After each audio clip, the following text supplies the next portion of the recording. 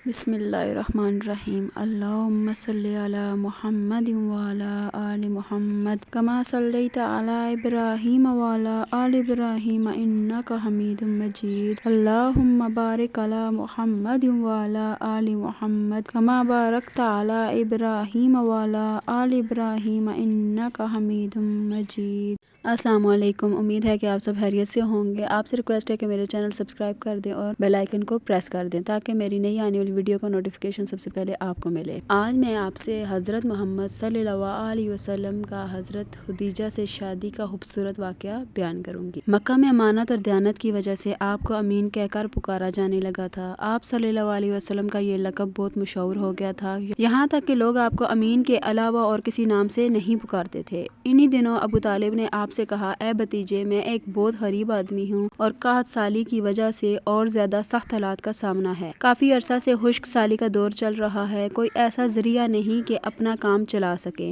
और ना हमारी कोई तिजारत है। एक तिजारती काफिला शाम जाने वाला है, उसमें कुरैश के लोग शामिल हैं। कुरैश की एक खातून खुदीजा बिन्ते खुवैलिद शाम की तरफ अपना तिजारती सामान भेजा करती हैं। जो शख्स उनका माल लेकर जाता है वो अपनी उजरत उनसे तय कर लेता है। अब अगर तुम उनके पास जाओ और उनका माल ले जाने की पेशकश करो तो वो जरूर अपना माल आपको दे देंगी, क्योंकि आप सल्लल्लाहु अलैहि वसल्लम की अमानतदारी की शोहरत उन तक पहुंच चुकी है। अगरचा मैं पसंद नहीं करता कि आप सल्लल्लाहु अलैहि वसल्लम शाम के सफर पर जाओ। यहूदी आपके दुश्मन हैं, लेकिन हालात की वजह से मैं मजबूर हूँ। इसके अलावा कोई चारा नहीं। आप सल्लल्लाहु अलैहि वसल्लम ने जवाब दिया कि मुमकिन है वो खातून खुद मेरे पास किसी को भेजें। आपको यकीन था कि सईदा खुदीजा खुद उनकी तरफ किसी को भेजेंगी और हुआ भी यही। सईदा खुदीजा ने अल्लाह के रसूल सल्लल्लाहु अलैहि वसल्लम को बुला भेजा। फिर आपसे कहा, मैंने आपकी सच्चाई, अमानतदारी और नेक अखलाक के बारे में सुना है और इसी वजह से मैंने आपको बुलवाया है। जो मुआवजा आपकी कौम के दूसरे आदमियों को देती हूँ, आप सल्लल्लाहु अलैहि वसल्लम को उनसे दुगना दूंगी। आप सल्लल्लाहु अलैहि वसल्लम ने उनकी बात मंजूर कर ली। फिर आप सल्लल्लाहु अलैहि वसल्लम अपने चाचा अबू तालिब से मिले और उन्हें ये बात बताई। अबू तालिब सुनकर बोले, ये रोजी तुम्हारे लिए अल्लाह ने पैदा फरमाई है। इसके बाद आप सल्लल्लाहु अलैहि वसल्लम सईदा खदीजा का सामान तिजारत लेकर शाम की तरफ रवाना हुए। सईदा खदीजा के गुलाम मैसरा आप सल्लल्लाहु अलैहि वसल्लम के साथ थे। रवानगी के वक्त हजरत खदीजा ने मैसरा से कहा, किसी मामले में उनकी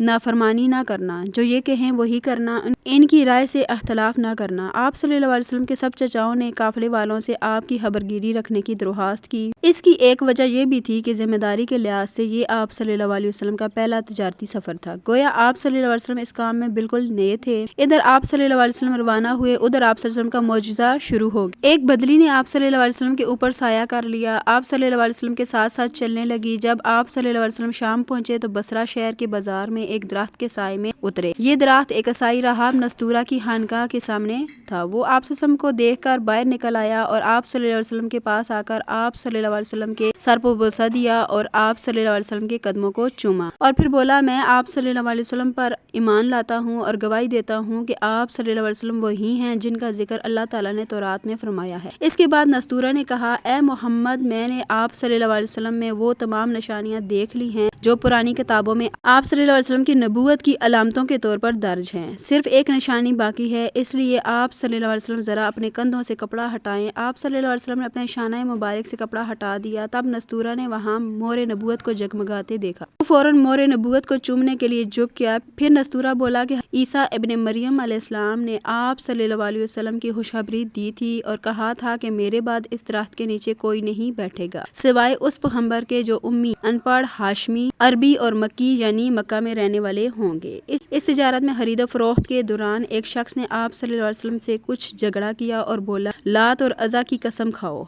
आप सल्लल्लाहु अलैहि वसल्लम ने फरमाया, मैं इन बुतों के नाम पर कभी कसम नहीं खाता। आप सल्लल्लाहु अलैहि वसल्लम का ये जुमला सुनकर वो शख्स चौंक उठा। शायद वो गुज़श्ता आसमानी किताबों का कोई आलिम था और उसने आप सल्लल्लाहु अलैहि वसल्लम को पहचान लिया।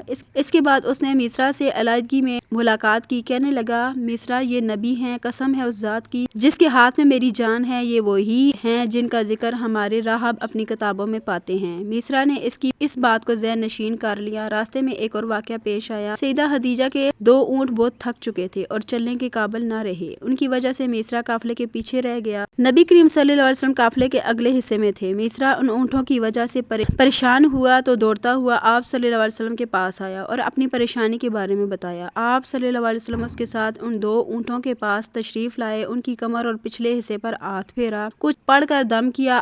آپ صلی اللہ علیہ وسلم کا ایسا کرنا تھا کہ اونٹ اسی وقت ٹھیک ہو گئے اور اس قدر تیز چلے کہ قافلے کے اگلے حصے میں پہنچ گئے۔ اب وہ منہ سے آوازیں نکال رہے تھے اور چلنے میں جوش و خروش کا اظہار کر رہے تھے۔ اس بار تجارت میں اتنا نفع ہوا تھا کہ پہلے کبھی نہیں ہوا۔ میسرا نے آپ صلی اللہ علیہ وسلم سے کہا، اے محمد، ہم سالہ سال سے سیدہ خدیجہ کے لیے تجارت کر رہے ہیں، مگر اتنا نفع کبھی نہیں ہوا جتنا اب کی بار ہوا ہے۔ آخر قافلہ واپس مکہ کی طرف روانہ ہوا۔ میسرا نے اس دوران صاف طور پر یہ بات دیکھی تھی کہ جب گرمی کا وقت ہوتا تھا اور نبی کریم صلی اللہ علیہ وسلم اپنے اونٹ پر سوار ہوتے تھے تو 2 فرشتے دھوپ سے بچانے کے لیے آپ صلی اللہ علیہ وسلم پر سایہ کیے رہتے تھے۔ ان تمام باتوں کی وجہ سے میسرا کے دل میں آپ صلی اللہ علیہ وسلم کی محبت گھر کر گئی اور یوں لگنے لگا جیسا وہ آپ صلی اللہ علیہ وسلم کا غلام ہو۔ آپ صلی اللہ علیہ وسلم دوپہر کے وقت مکہ میں داخل ہوئے۔ آپ صلی اللہ علیہ وسلم سیدھے حضرت خدیجہ کے گھر پہنچے۔ وہ اس وقت چند عورتوں کے ساتھ بیٹھی تھیں۔ انہوں نے دور سے آپ صلی اللہ علیہ وسلم کو دیکھ لیا۔ آپ صلی اللہ علیہ وسلم اونٹ پر سوار تھے اور 2 فرشتے آپ پر سایہ کیے ہوئے تھے۔ حضرت خدیجہ نے یہ منظر دوسری عورتوں کو بھی دکھایا، وہ سب بہت حیران ہوئیں۔ اب آپ صلی اللہ علیہ وسلم نے حضرت خدیجہ کو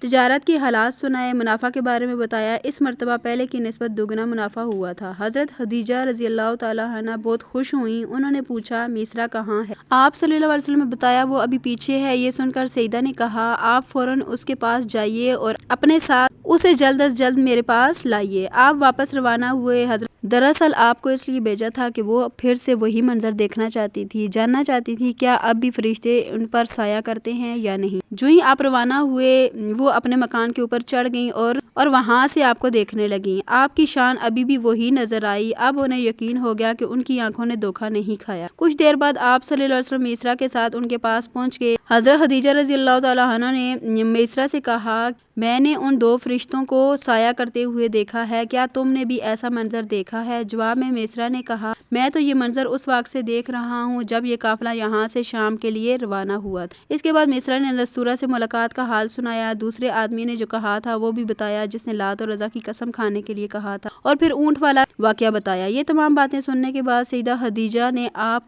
کو طے شدہ اجرت سے دگنا دیا، جبکہ طے شدہ اجرت پہلے ہی دوسرے لوگوں کی نسبت 2 گنا تھی۔ ان تمام باتوں سے سیدہ خدیجہ بہت حیران ہوئیں۔ اب وہ اپنے چچا زاد بھائی ورقہ بن نوفل سے ملی۔ یہ پچھلی کتابوں کے عالم تھے۔ سیدہ خدیجہ نے انہیں جو کچھ دیکھا اور میسرا کی زبانی سنا تھا وہ سب کہہ سنایا۔ سیدہ خدیجہ کی تمام باتیں سن کر ورقہ بن نوفل نے کہا، خدیجہ، اگر یہ باتیں سچ ہیں تو سمجھ لو محمد اس امت کے نبی ہیں۔ میں یہ بات جان چکا ہوں کہ وہ اس امت کے ہونے والے نبی ہیں۔ دنیا کو انہی کا انتظار تھا، یہی ان کا زمانہ ہے۔ سیدہ خدیجہ ایک شریف اور پاک باز خاتون تھی۔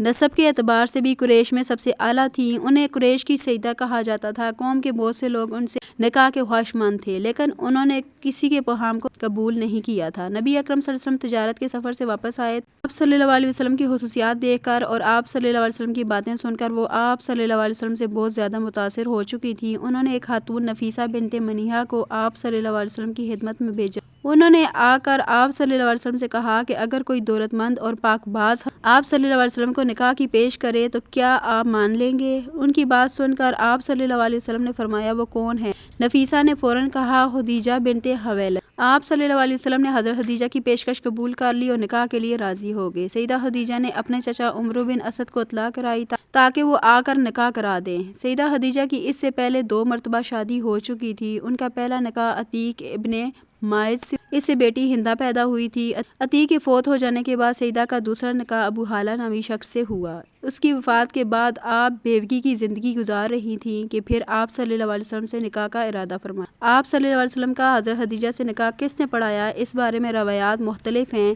ایک روایت میں ہے کہ آپ صلی اللہ علیہ وسلم کا نکاح حضرت ابو طالب نے پڑھایا۔ نکاح کے وقت آپ صلی اللہ علیہ وسلم کی عمر مبارک 25 سال تھی، جبکہ حضرت خدیجہ کی عمر 40 سال۔ تو پیارے دوستو، یہ تھا آپ صلی اللہ علیہ وسلم کا حضرت خدیجہ سے شادی کا واقعہ۔ امید ہے کہ آپ کو میری ویڈیو پسند آئی ہوگی۔ آپ سے ریکویسٹ ہے کہ میرا چینل سبسکرائب کر دیں اور ویڈیو کو لائک کر دیں۔ اللہ تعالیٰ آپ کو اس کا اجر دے، آمین۔